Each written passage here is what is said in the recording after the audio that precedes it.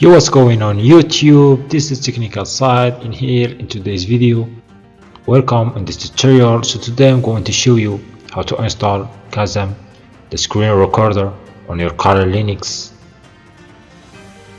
with some easy commands. You can copy paste them from the description below. Check them out. First, I'm gonna show you how Kazam looks like, because I'm using it right now for recording.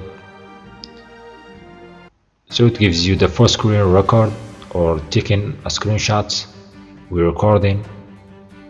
I'm gonna minimize this. So first go to terminal, type sudo apt get update, hit enter your password, hit enter again.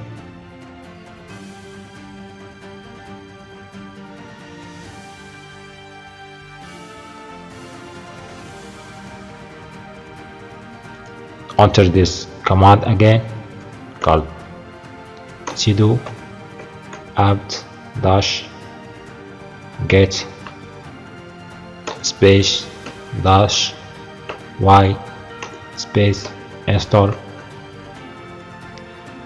space Kazam, hit enter. Alright, I already downloaded, so will not be downloaded again. So for you it will be downloaded and installed automatically. Okay,